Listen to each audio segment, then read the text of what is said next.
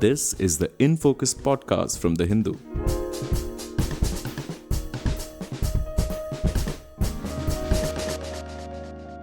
Hello and welcome to another edition of the In Focus podcast. I'm your host G. Sampath.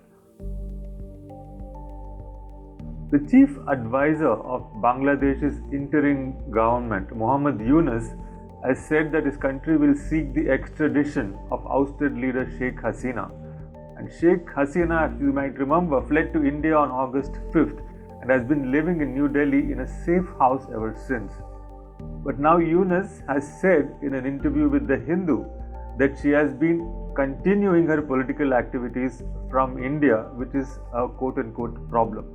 A special tribunal that has been set up in Bangladesh for investigating, for actually putting on trial those responsible for crimes against humanity, has also asked Interpol to issue a red notice for the arrest of Sheikh Hasina. But Bangladesh, however, is yet to directly initiate the process with India for Hasina's extradition. So why hasn't Bangladesh started the extradition proceedings with India but has already approached Interpol for a red corner notice? Will India accede to the extradition request if it comes, or will it invoke clauses about political persecution which might, in that case, leave room for refusing such a request? And what happens if India does refuse an extradition request? Would it constitute a violation of the extradition treaty? We discuss all these questions and more on this related issue in this episode of In Focus, and we have with us Kallol Bhattacharjee from the Hindu's Delhi Bureau. Kallol, welcome to In Focus. Thank you so much for your time. Oh, thank you so much, Sampath. It's a privilege. Thank you. So, Kallol, to start with, can you just tell us briefly what exactly are the terms of the extradition treaty between India and Bangladesh, and what are the exemption clauses whereby India can, say, legitimately deny an extradition request? Well, thank you so much, Sampath. And the India-Bangladesh extradition treaty is a very interesting kind of an extradition agreement that India has with Bangladesh. And India has similar agreements with other neighbors like Nepal and also Sri Lanka. But what really makes the extradition treaty with Bangladesh unique is that it has got an exemption clause for political offences, or whatever could be perceived to be a political offence. In case a person is found to be of interest, or a person is to be extradited to either to India or to Bangladesh. So if we have to first of all remember that the extradition treaty between India and Bangladesh came at a time when the relation between the two sides was relatively in a better state. Because India's relation with Bangladesh, starting with 1971, has not always been very, very pleasant. To begin with, we had Sheikh Mujibur Rahman, and then till 1975, until 75 August 15, Mujib was there, and after that, there was a period of instability and hostility towards India was really, very, very visible. And that phase continued till almost 1990. Of course, Hussein Muhammad Ershad was there as the president, and though he was, actively participating with India in many regional and bilateral platforms, but that sort of confidence we did not have. That was followed by the BNP government under Khalida Zia, and then Hasina herself returned, and 1996 onwards, and then again Khalida returned. And throughout this particular period, the politics of Bangladesh has been very, very turbulent. And as a result, the relation also did not acquire that sort of confidence, on both sides. And finally, when Sheikh Hasina staged a triumphant return in 2009 January, in which she almost swept, it was the biggest mandate that a democratic government got in Bangladesh ever in its independent history. It was after that, especially after all the developments in Bangladesh, in which India was found to be a trusted partner and a very special partner. It was in that condition that in 2013, the extradition treaty was signed. And from the very beginning, it had So the this. extradition treaty was signed with Sheikh Hasina government. Yes, I mean, it was a Bangladesh government, and Hasina was obviously not as unpopular as she ultimately became So if she in. were to be extradited, it would be under a treaty she herself had signed and brokered, so to speak. Well, I mean, in a way, yes, but it is also built upon the unique history of Bangladesh as well as East Pakistan. Because to begin with, the political activists from Bangladesh coming to India and seeking refuge is not new. Similar history also exists between, say, Nepal and India. Similar history also exists between Maldives and India and Sri Lanka and India. Among almost all the countries, I mean, I can even count. Has the traffic ever been the other way around? I mean, political refugees going from India to any of the neighboring countries to seek refuge. Has that happened? Very much, during the emergency, a lot of people who were opposing Indira Gandhi took refuge in Nepal. And that is also very correct and historically valid. That there have been moments going all the way back to the Sepoy Mutiny of 1857, when Indian rebels and Indian rulers took refuge in neighboring countries that are today considered to be neighboring countries, but back then were under various kingdoms and etc. So this sort of political movement, or the movement of political activists from state to state, has been happening from time to time. And these understandings were built into the extradition treaty, where exemption is very clearly given for people who are accused of political offenses. And if you really look at India-Bangladesh relation, especially from the point of view of crimes and cross-border crimes and offenses, etc., the focus is more on insurgency. The focus is more on, say, smuggling and violent crimes. So the extradition treaty was therefore designed to net those people that India wants in its custody, because they were found to be disruptive to normal way of life, or they were considered to be violent in nature, and they were posing a security threat to India's northeast. And one of the biggest, if you remember, the threat that India had in those days during 2009 and even 2010, there were lots of these Ulfa activists who were still abroad. They were known to be in Bangladesh and Myanmar, and some were also reportedly inside China. So the extradition treaty was aimed at getting those people back to Indian prisons. And it was not really meant to bring in political activists or whoever was found to be radical and had to, the Bangladesh or India wanted them extradited to each other's territory. Right. I really appreciate you giving this very sort of interesting historical perspective behind this extradition treaty, Kallol. I mean, that's really, I think, very relevant to this entire political context. But having said that, this exemption for political offenses one generally understands as, in a different way, but what Hasina has been accused of is like responsibility for the deaths, killings of protesters. These are like murder, enforced disappearances. This is like what a dictator does. One of those, it reminds us of those Argentina, Chile kind of a scenario. Enforced disappearances, bodies not found, and so on. So I just wanted you to sort of give us some idea of what is the current status of the investigation into the crimes, the crimes against humanity kind of a thing, that seems to have a bearing on Sheikh Hasina's personal freedom as it stands and political future. What are the kinds of crimes and offences that have been attached to her, and for which she is being investigated, and I think the tribunal will kick in around sometime in December as well for a trial. What are these offences? Look, first of all, any offense will have to go through a process of, that is the process built in the legal system of Bangladesh. First of all, if she has to be tried, then the due course of law will have to be right there, as the right way to prosecute her. But the crimes that she is being accused of, the crimes are essentially, murder. The charges are essentially of her ordering murders during the last days of her government.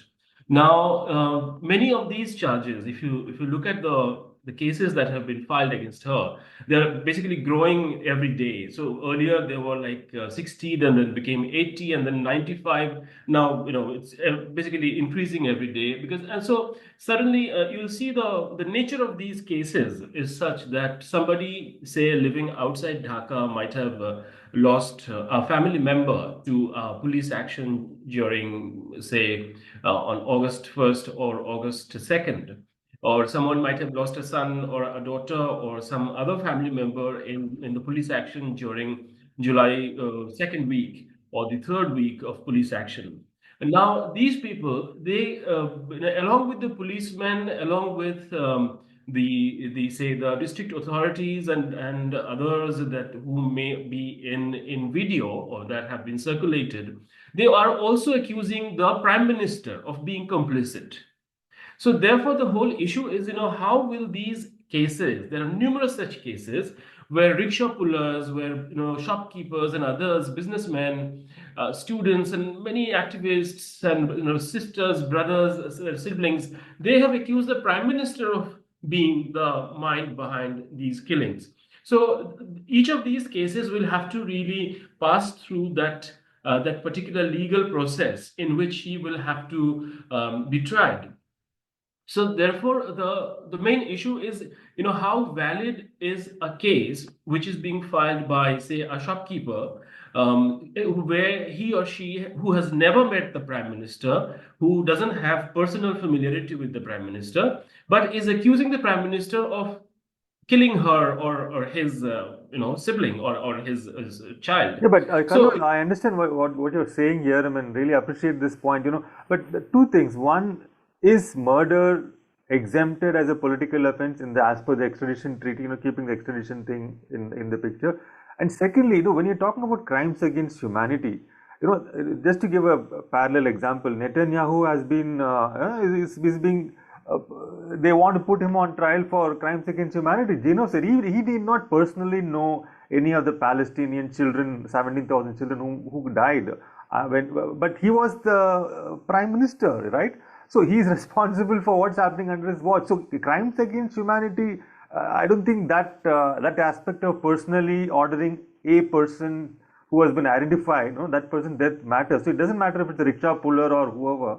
But if it's crimes against humanity, does that matter? I just wanted your. so Yeah, I see your point. That so if there is a single case of crimes against humanity, and and also if there are multiple cases in which XYZ are leveling allegations against the Prime Minister of Bangladesh of being behind the killings, then these are, to my understanding, these will have to be seen as two different aspects, because the one is the whole process where she will be tried, or we should be tried for committing crimes against humanity. But there are the basis on which the demand for extradition is coming from Bangladesh is not just because of crimes against humanity, but because they are saying that she has been accused of crimes by so many people in our country. Therefore, there are legal cases where she is a criminal.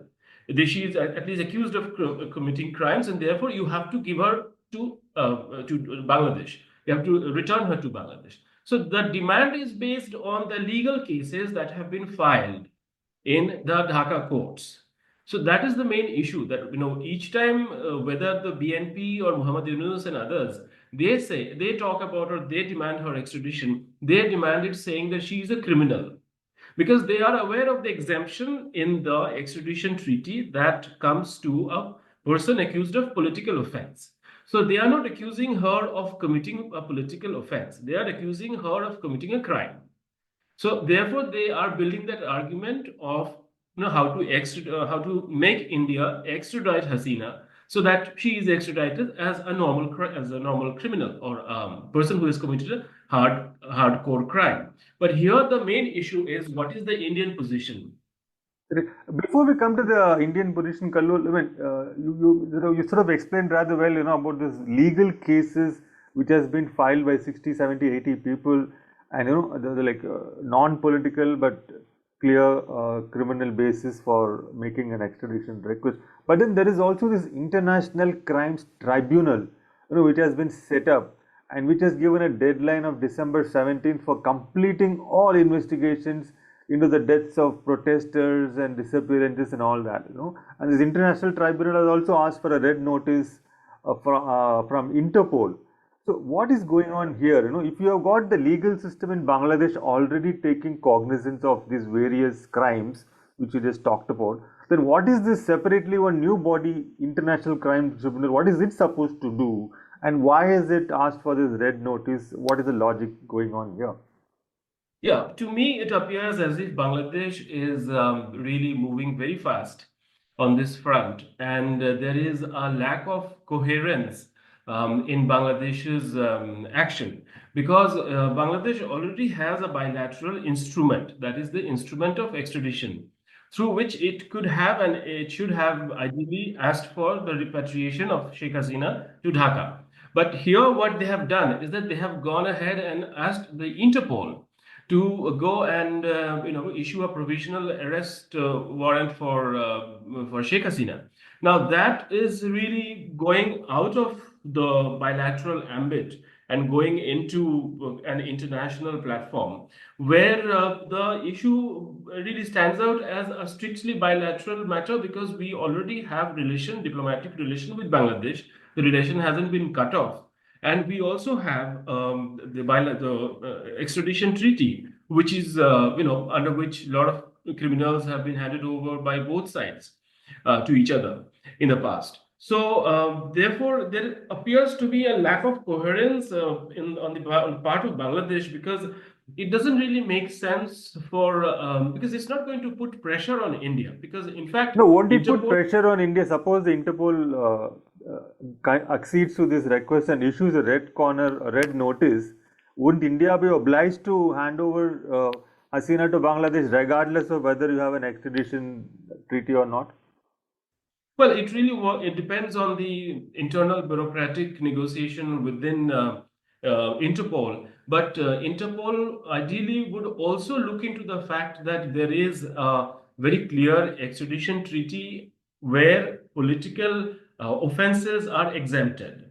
So if Interpol gets involved in this matter, then it could also be a little bit of a tricky situation for the organization itself, because in the recent past, Interpol has also not come out without, there have been occasions where Interpol also got embroiled in controversies in the past. But this is a very, serious matter where there are bilateral discussions going on. And if the Interpol now gets involved, then Interpol will also seek certain answers and clarifications from Bangladesh before getting involved. So I think that conversation perhaps is currently underway between Bangladesh and Interpol.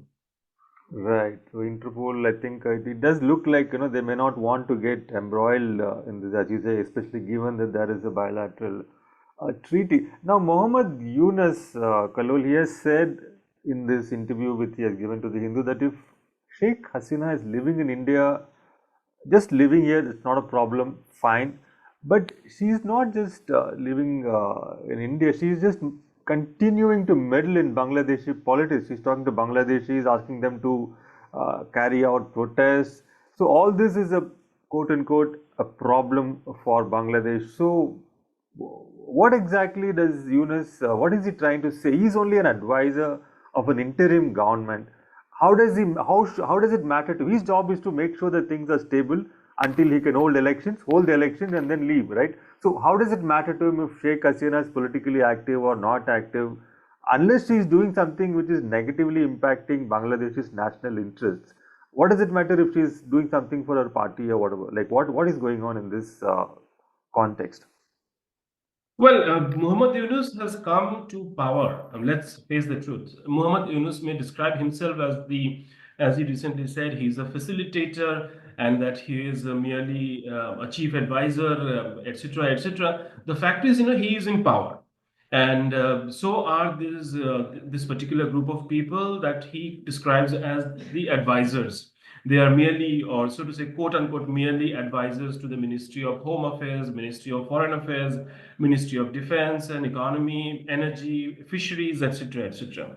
But the interview that you are referring to is very interesting because what has happened in Bangladesh is that a lot of water has actually already flown down to the Bay of Bengal through the river Padma since the time Yunus came to Dhaka and was sworn in as the chief advisor. And today, the biggest issues of Bangladesh are really of bread and butter, of livelihood. The way things are going in Bangladesh, as far as the economy is concerned, the situation is very, very serious. The Moody, as we all know, has also downgraded the country recently. So when international rating agencies are very openly downgrading these, such a big economy in South Asia, which till a few months ago was the second largest economy in South Asia, and Bangladesh is to take pride over the fact that it is actually a larger economy than the second largest, geographically largest country of South Asia, that's Pakistan. So the interview really tells us a lot about the disconnect that Yunus has developed over the last 3 months, 3.5 months of his government. Because the biggest issues on the ground are really of issues of livelihood. There is really extreme poverty. There are every other day these garment units in Dhaka and outside Dhaka are shutting down. So I think the government there is failing to take care of these immediate matters, and they are therefore going on and on about Sheikh Hasina and extradition from India because it really appeals to a certain section of population, and also the student advisors who were the chief proponents of this sort of a government or an arrangement are also increasingly becoming unpopular. In the last 1 week or so, two of Muhammad Yunus's advisors, student advisors, went on social media and made very threatening remarks, indicating that they are hinting at some sort of violence against the critics of the government. And these are also indications that they are falling short of explanations because the people on the streets and also people on social media, I mean, when these advisors, they make a remark on Facebook and other platforms, people quickly respond to them asking that when is the election going to be held, what are you doing about the economy, because our livelihoods are really at stake. So these are questions that people are openly raising and they don't have any answer for that. Now, when a government, or rather a dispensation, is in charge and it doesn't have answers to the real hard questions of life and livelihood, and at that point, if they say that, well, they are not really a government, they are facilitators and they are mere advisors and etc., that doesn't really go down with the common public on the ground, because common people are very, very intelligent and they are perceptive, and political change in Bangladesh has always been driven by the masses. So therefore, I think the interview stands out as an indication of how disconnected Muhammad Yunus is at present from the real issues facing the people of Bangladesh, because people of Bangladesh have really moved on from Sheikh Hasina's, asking for Sheikh Hasina and her things, because now they are really looking at an economic crisis. And Right. So, this Kallol, I government. mean, like, Mohammed Yunus, I mean, he might be disconnected, but I mean, one shouldn't think that should matter too much unless he finishes the primary job, which he sort of supposedly has, which is to hold elections once the electoral reforms, which everybody wants, apparently are concluded. Now, what kind of electoral reforms? I mean, he mentions them in the interview also. No, once the electoral reforms are done, he will hold elections. So, what are these reforms? How long will they take? Are all the other parties, the BNP, are they on board with this? Because that seems to be the only thing holding up the election dates and all that. Yes, I mean, there is actually no clarity about what is really meant by reform, and especially something like electoral reform, because Muhammad Yunus has come with this promise of executing reforms in multiple sectors and not just in the electoral sector of Bangladesh. But in the electoral sector, I mean, he had promised way back on 25th of August that he is going to hold consultation with all the political parties. But he has not yet shown that indicate that a desire to hold that sort of national consultation, So, these inviting all the. consultations have not happened till date. No, these are not really, I mean, a formally, sit down roundtable consultation has not yet happened. He obviously has met political parties here, there, But then the main issue is that he has to hold election, and if it is an interim government, then interim government has to pave the way for an elected government as soon as possible. Now, it is already 100 days of the Yunus government, the interim government, and there is no clarity. And now, on top of it, he has given, or at least his partners have given the indication that they are not happy with the electoral role. Well, and they say that there are lots of ghost voters and all those fake voters who have multiple votes on their pass, what citizenship cards. So these things will have to be taken out, and they all those people who have multiple votes to their names, these will have to be removed, or that sort of allegations. That basically the previous electoral roll was used to perpetuate or to repeat the Army League's victory in elections, and that they want to erase, and that they want to rectify, so that the election is more genuine, so to say. And when such a genuine election takes place, in such a genuine election, the opponent of Army League will naturally win. But then there are also questions about the inclusion of Army League itself, because many people believe that Army League must be part of any future electoral process in Bangladesh, because otherwise the election process itself will not be credible. It will be like an election among friends, because right now Muhammad Yunus is in power, though he has not floated a political party of his own. Though there were indications early on that at least one or two of his student advisors would float a political party, which would become a king's party in Bangladesh, and that would fight election, and they would, in some way or the other, return to govern in a more formal manner, and the interim government thereafter would continue to function as an elected government.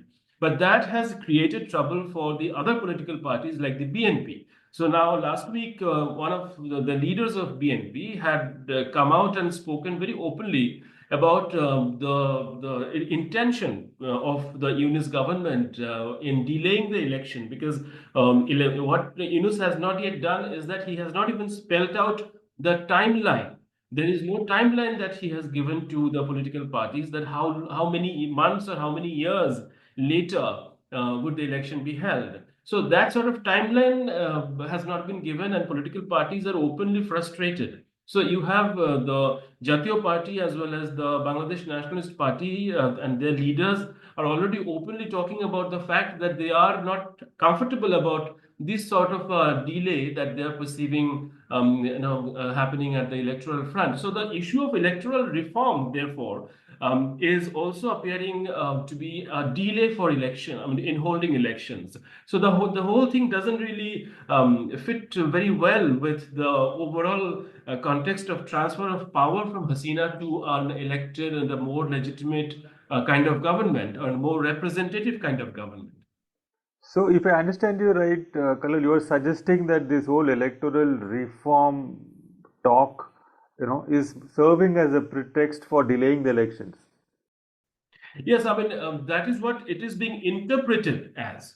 Right. You also Initially, said earlier, Khalil, that there are some sections in the Bangladesh polity who are raising questions about the continuation of Awami League in the entire electoral framework. Like, who are these sections? Do they want Awami League to be banned permanently?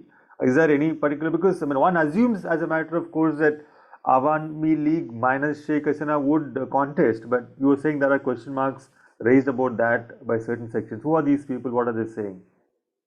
well, first of all, if Sheikh Hasina is unable to return to Bangladesh, then it becomes quite clear that she cannot provide leadership for Awami League. But till now, Awami League as a political party has not been banned. But lots of Army League activists and members of the party have been killed in political violence on the ground. There are many former Army League ministers who are currently in prison, even in prison after being arrested by the authorities in Dhaka and other parts of the country. So the party is basically in kind of comatose as far as their main leaders are concerned, because they're scattered and etc. But Army League has been a very popular party in the past. And given the economic situation that Bangladesh finds itself today, there are very open expression of support for Army League also coming from the masses. as you can see on social media and other So platforms this also. opens declaration of support. Is it does it have an alternative face than Sheikh Hasina? Is it some other leader who is still in Bangladesh, or is it for still Sheikh Hasina? Who is the support channeling towards? Well, I mean, people, of course, have very strong memory, Sampath, when it comes to Army League, because it is the oldest political party in Bangladesh and also in South Asia, one of the oldest political parties in South Asia, going back to 1949. So that sort of acceptability of the party and its in popular conscience, the party continues to exist. And whenever they are in trouble, they naturally will look towards the mainstream political organs like the Bangladesh Nationalist Party and the Army League. Now, the other political party which is right now flexing its muscles is the Jamaat-e-Islami. Now, last week, Jamaat-e-Islami's, earlier this week, Jamaat-e-Islami's leader, Shafiqur Rahman, was hosted in United Kingdom. And he had very big public receptions that were thrown in his honor. So Shafiqur Rahman is also emerging as a very strong, proponent of early elections in Bangladesh, because Jamaat-e-Islami is expected to get a large number of votes. So what I'm trying to say is that political parties that have stakes in the the democratic process of Bangladesh are the options that the country's people have. So Army League in that way is one of those options, and one of those, first, rather the second option at the moment, because even if they don't have the leaders, the people still believe that, if you speak with the people on the streets, and whenever we are on phone with our contacts in Bangladesh, we hear that the people often talk about Sheikh Hasina and how strong she was in handling the country. And people on the streets often tell you that we need a strong leader like Sheikh Hasina. So, popularity is a very tricky thing for a political leader. One person, a political leader, can become unpopular overnight, and people can also bring back such political leaders to the main stage also overnight. I mean, look at what happened to Indira Gandhi after emergency. 1977, she was thrown out, and yet in January 1980, she came back with a thumping majority because the country was in such a, yeah. So so these are just examples from the past, that though the Congress Party was out of power in 1977, but the party did return to power in January 1980, and mainly because of political mismanagement by the people who were in power at that time, between 77 to 79 December. So, one can't really dismiss the Army League as a political party, because it remains a very strong entity as far as its grassroots activists are concerned. Right. So yeah, it's of course. I mean, if we take your point, it's too early to write political And I obituaries just want of. to add one. I want to address the main issue that you had raised, that if there is an alternative face of Sheikh Hasina within the Army League, as a political organ. But I think, they are very cautious right now, because what it seems like is that the moment an alternative face is thrown up to the people, that person would be targeted by the authorities who are currently in power in Dhaka. So Army League is being cautious, and this is my understanding that perhaps this is also the strategy that Sheikh Hasina, who is currently in exile in India, is also working on, because they don't want to highlight anyone as the the next to succeed Hasina inside Bangladesh, because they feel that such a person would be targeted by the authorities. Or maybe they also feel that Sheikh Hasina might make a triumphant return not very far into the future. If the condition prevails, the current condition prevails in Bangladesh, then it's really not an impossible scenario, because what's happened is that Sheikh Muhammad Yunus is basically a creation of social media. It's an amazing social media movement that the students of Bangladesh had sort of executed. But now you have the social media is a very, again, a fickle-minded creature, because it can make a person a ruler, but it can also make that ruler unpopular overnight. So, in near future, if the current economic downturn continues in Bangladesh, then it's not really impossible to imagine that Hasina may actually find an opportunity for her own return to Dhaka in a triumphant manner. Right. So, Kallol, we are running out of time. So, two quick questions. Just have like 3 minutes left.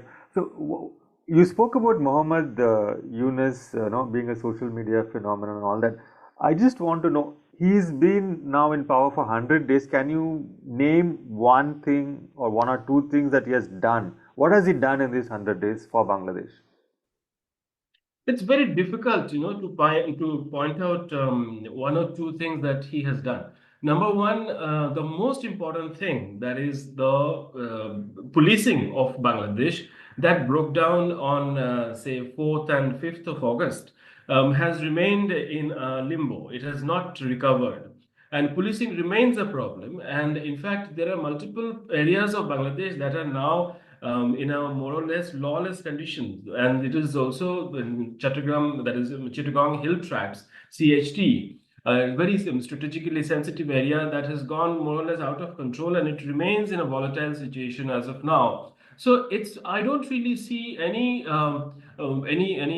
positive thing that has really happened in the last 100 days. One thing that it appears is that the country was in a very volatile situation as far as the public sentiment was concerned on the 5th of August, because people really wanted to throw out Sheikh Hasina, and that sentiment probably has calmed down. And probably Yunus himself, being absolutely thoroughly secular, because he is known to be secular, and he is known to be absolutely, an enlightened person, a modern enlightened person. So that also has gone in his favor, that he probably has come across as a person who wants to maintain the balance in Bangladesh. So if things had to really go out of control on the 5th of August, I think Muhammad Yunus has managed to control that downslide, Right. that So very social quickly, just political to downslide. summarize what you said, one,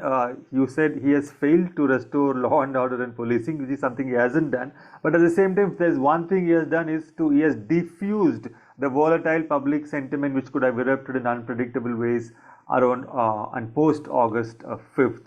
So these are the two things that come to mind when you think of Yunus's Yes, 100 days. because at least he has prevented an armed conflict from breaking out, because things were very bad.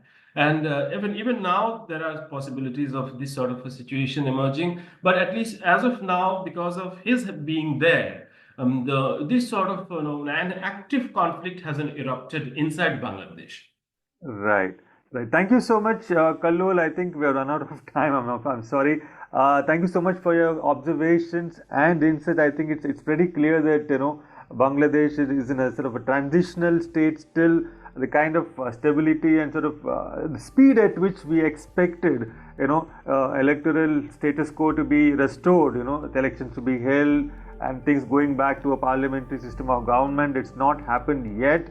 I think hopefully it should happen very soon. And in the meantime, we have to wait and see how the extradition story plays out because Bangladesh is yet to make a formal request, and it has already gone to Interpol and so on. So that is another story. We need to wait and see how it unfolds. Thank you so much once again for your time and for joining us and sharing your thoughts. Pleasure talking to you, Kallu. Thank you so much, Sampath. It's a pleasure. Thank you. In Focus will be back soon with analysis of the biggest news issues. In the meantime, you can find our podcast on Spotify, Apple Podcasts, Stitcher, and other platforms. Just search for In Focus by The Hindu. We'll see you soon.